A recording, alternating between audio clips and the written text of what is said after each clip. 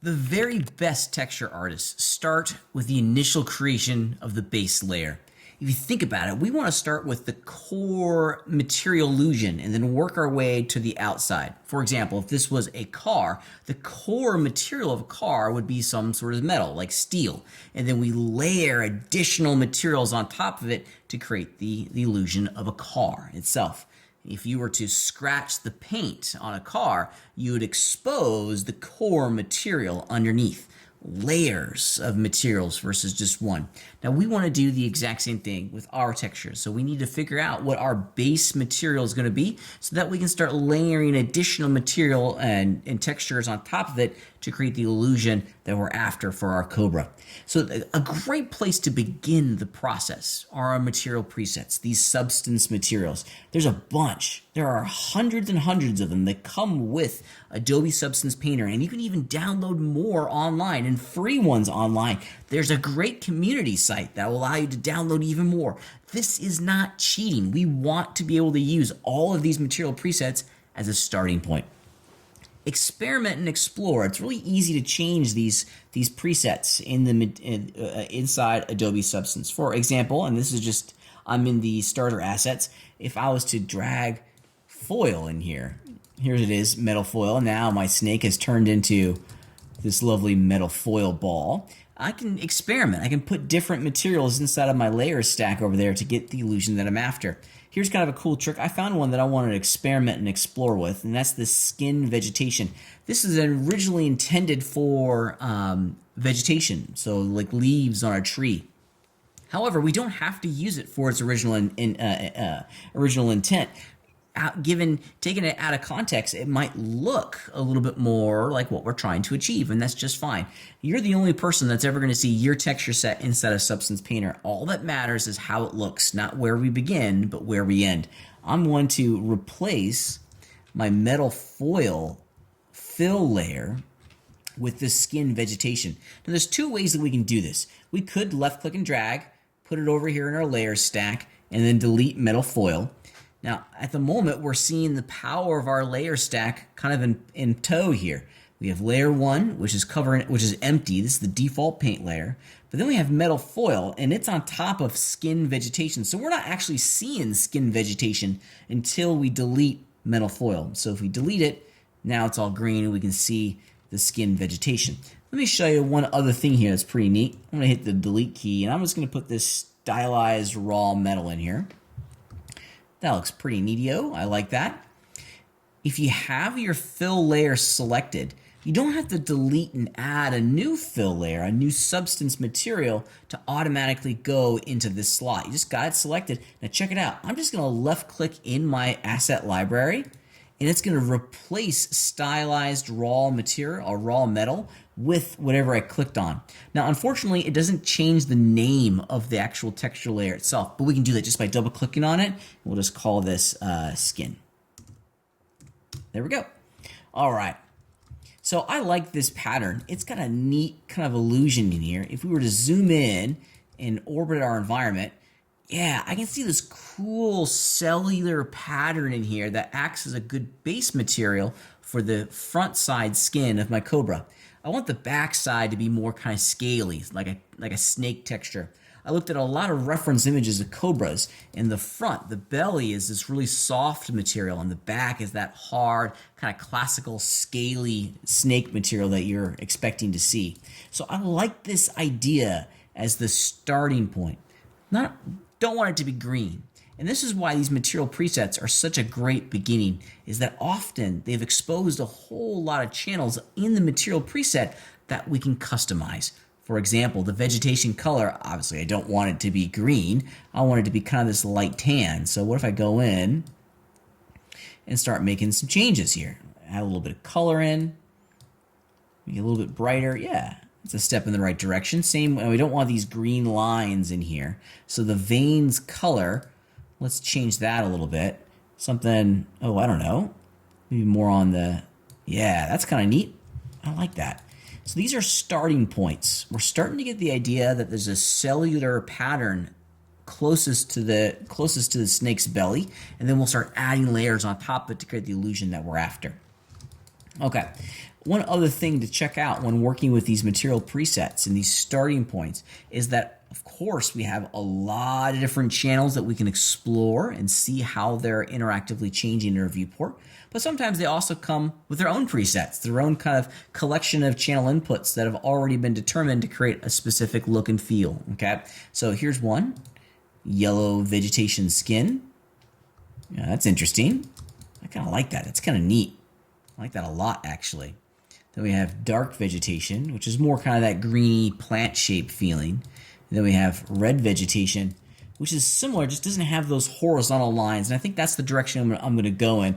I didn't want those horizontal lines, but as I look through this skin, yeah, that's really cool. I like that very much. So let's change the color here a little bit. I want mine to be more kind of on the yellowy side. You're more than welcome to make yours look however you want. I just change it to something like that. I wanted it to have all the nooks and crannies, all the cavities inside this cellular texture be a different color. That way there's a little bit of pop there.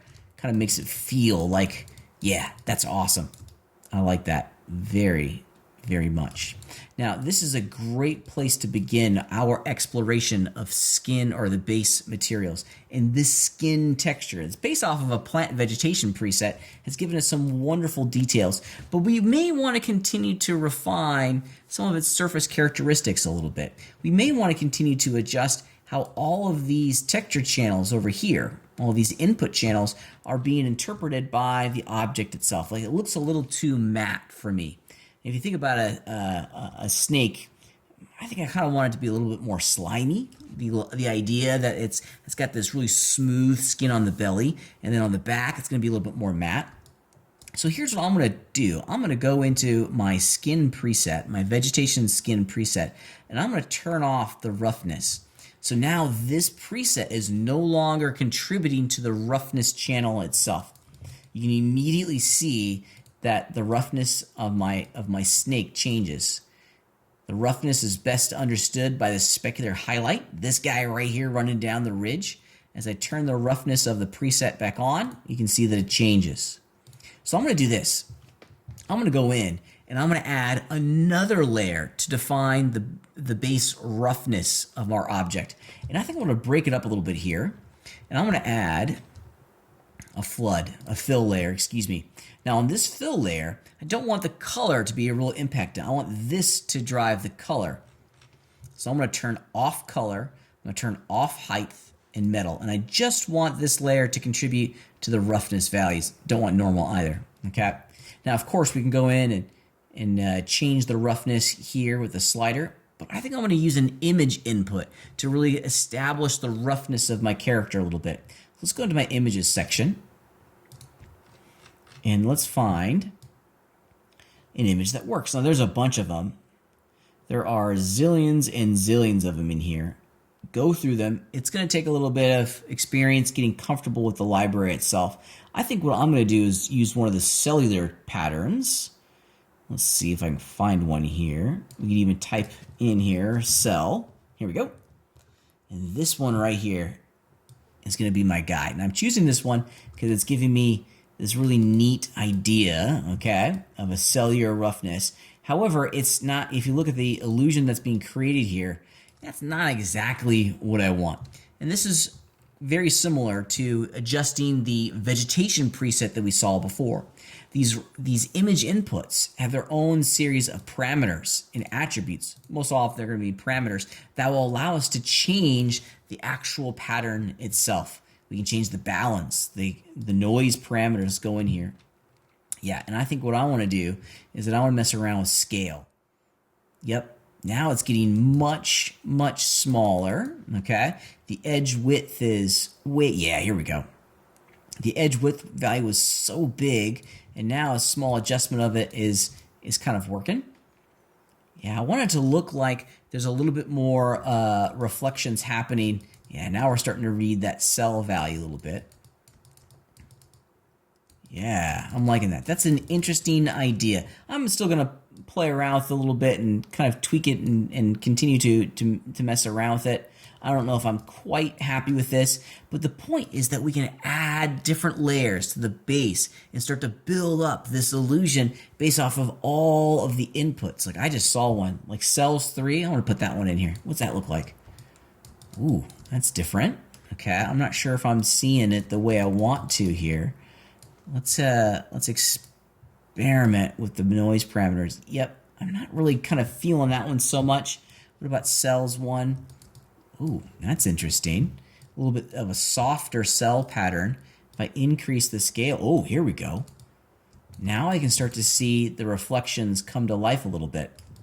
Now I understand that it might be a little difficult to see on the video recording of this and on your own screen. If you ever want to see the direct contributions of what's happening in your roughness, just change the viewer to see the roughness channel. Now I'm seeing precisely how that cells 1 pattern is influencing the roughness of my object. I can see the scale, even mess around with the contrast a little bit, the balance. Yeah, you can even invert it. That might be the place to go. I'm going to hit the M key to look up the material itself. Ooh, we're getting there. Yeah, as I move the light around, and sometimes with roughness in particular, you don't see the effect until you move the light. Shift, right click, and drag will move the environment around. And now look at that specular highlight. It's dancing across this input. And it's producing this wonderful illusion that there are pits and grooves and valleys in the skin texture that's breaking up the specular highlight and making it look a little bit more organic. So this is how we start to build up our base material, our base layer, to get the illusion that we're after, with the idea that many layers are going to be contributing to the global result for the texture of our little cobra head.